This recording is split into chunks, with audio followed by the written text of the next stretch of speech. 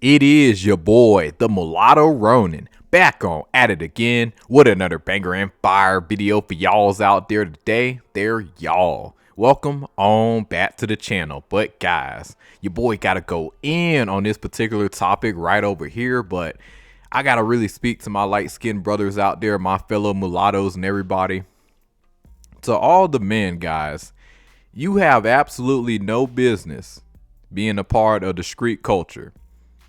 I know there's a lot of confusion in terms of identity, not knowing your proper history, who exactly you are, because I feel like it's easier for a first generation mulatto, biracial, black and white, to really understand, who they are a lot more faster compared to somebody like me, a MGM, multi-generational mix, because a lot of us, you know, we tend to kind of be spread it out. You can find us a lot more in the hood compared to like a first generation mulatto.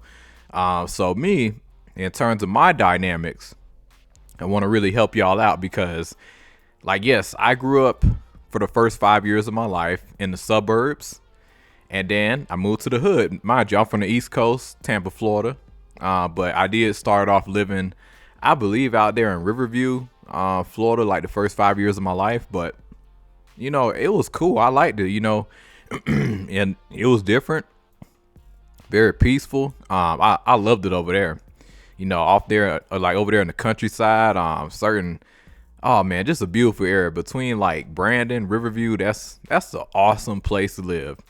And then we came to Tampa and like the hood, because like we'll go visit, my grandma at the time, when she was alive, God rest her soul.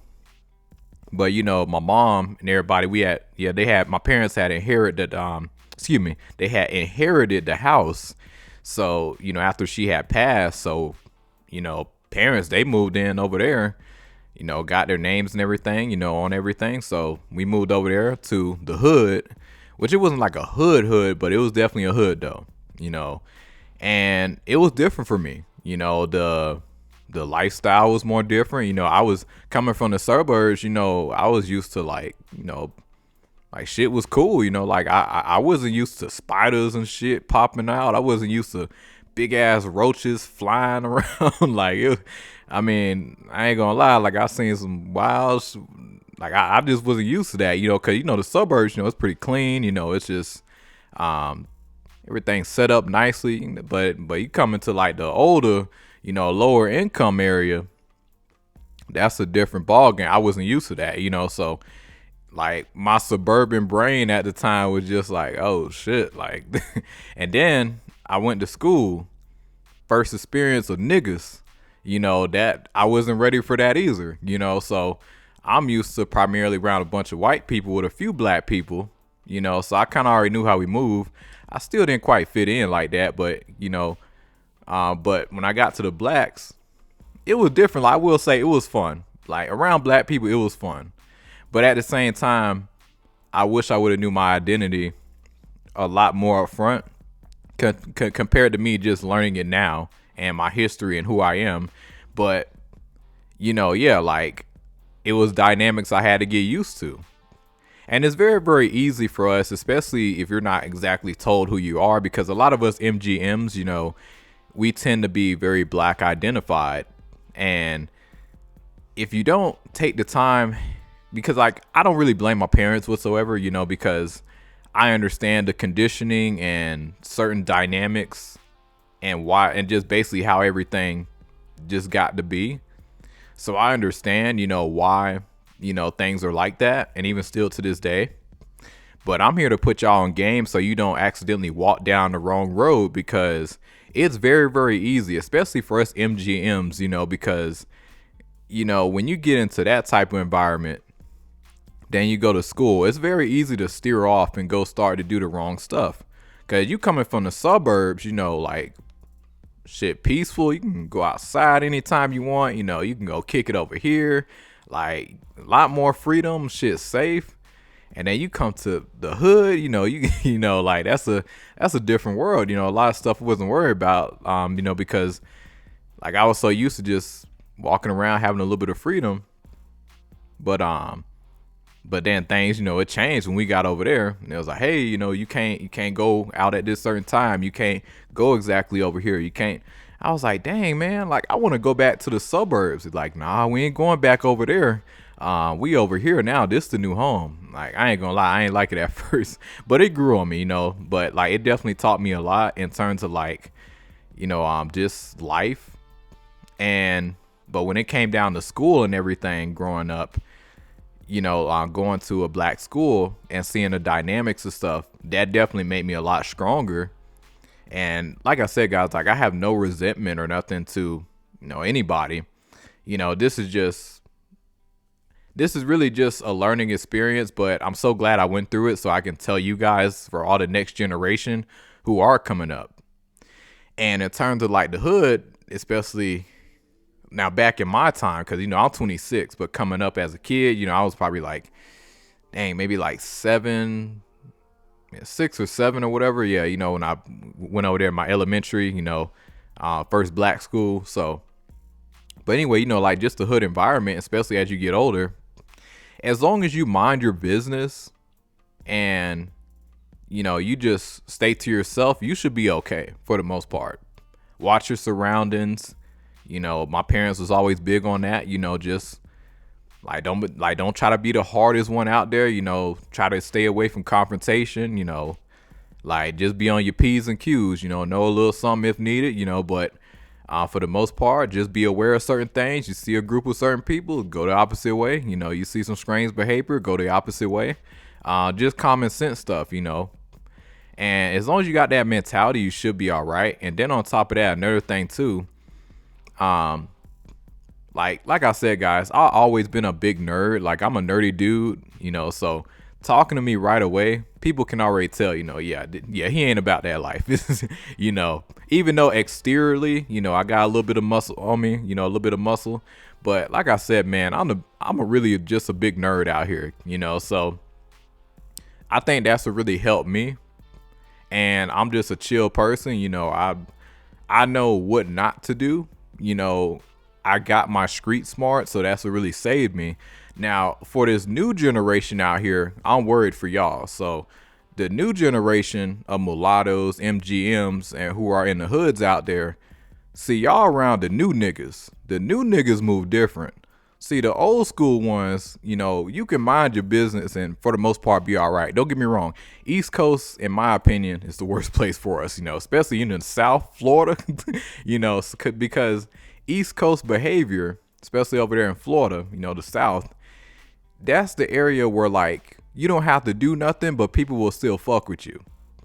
But now you give these new niggas, you give them clout and money to profit off of it. That's a dangerous mix right there. So you have to be extra on your P's and Q's out there to avoid certain stuff. I would do everything you need early.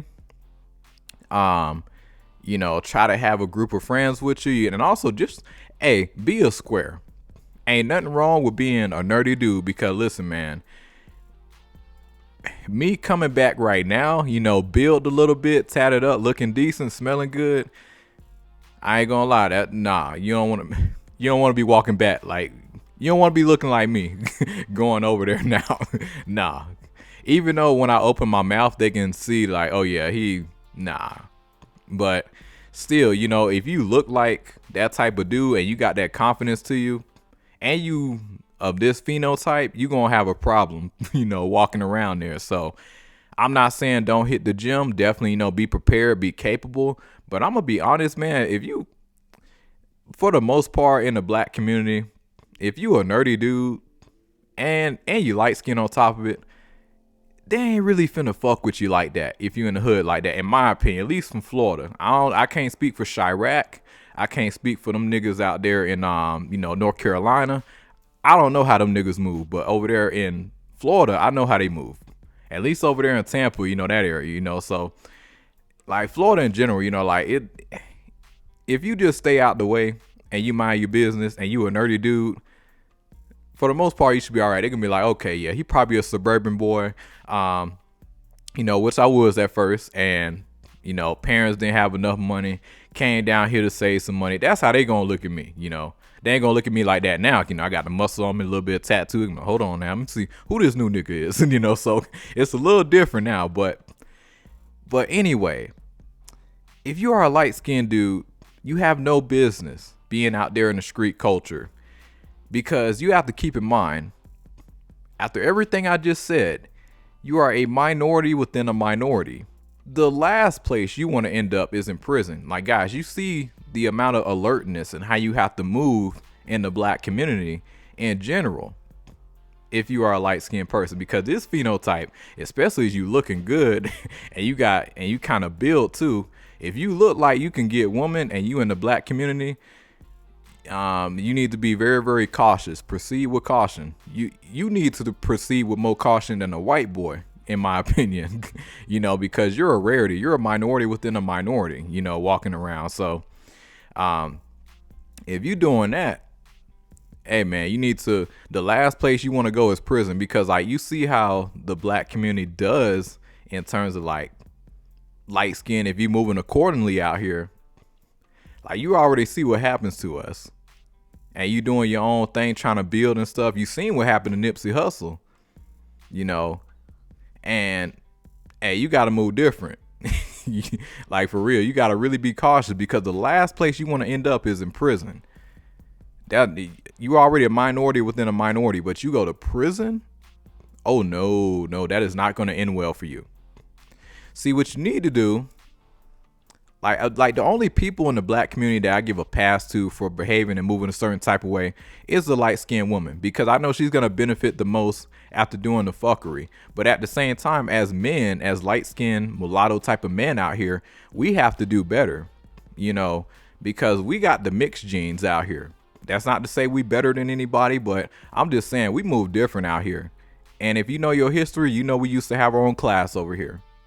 Before that, before the whole one drop rule came in, fucked up everything, So you already know that we move different. So we need to really establish ourselves and make a safe space for for all of our light skinned women out there, mulattoes. Like, they need a safe space. Otherwise, we're gonna continue to see the same tomfoolery that's going on in the black community. You're gonna keep on seeing the light skinned mulatto type of man trying to be the hardest nigga out there when you don't have to do that.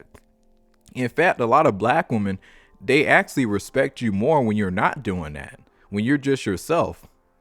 I get around a black woman now, she like, oh wow, you got the exterior, but you hit Comic-Con, you doing all this other stuff, and you about to start barbering, like out there doing barbering school.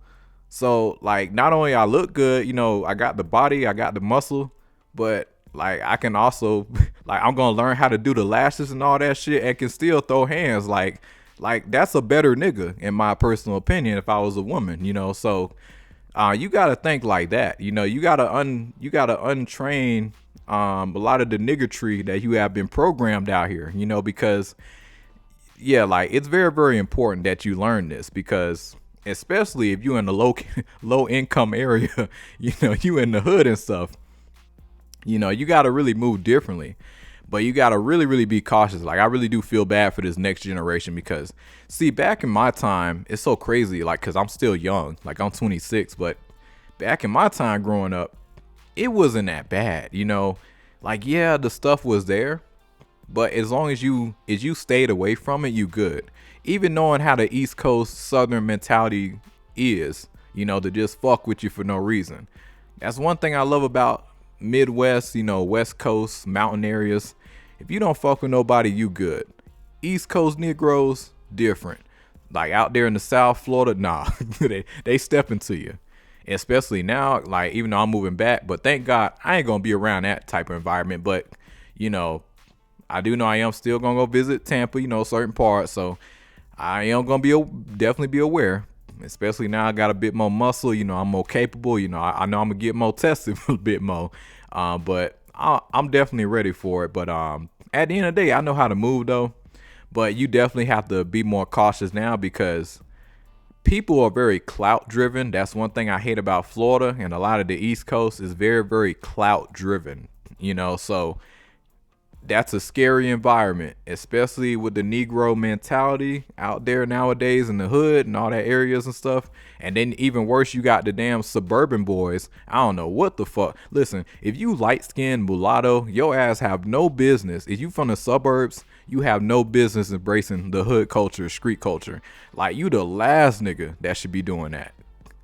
Like you have the most potential and at the like most solid point of economic success to rise up and do something. See, it's different with me, because my parents was at their peak when I was young, but when I hit my teenage years, that's when the divorce happened, and then my mom passed away when I was 18. So really, just me and my older sibling, been working together and doing stuff, so like even though like I kind of got well, even though my dad he came back, like he definitely came back around, but still like there was no economic power of my family. Like I'm building my shit on my own, and doing the best I can. So and then about to start barbering school as soon as I get back home to Florida.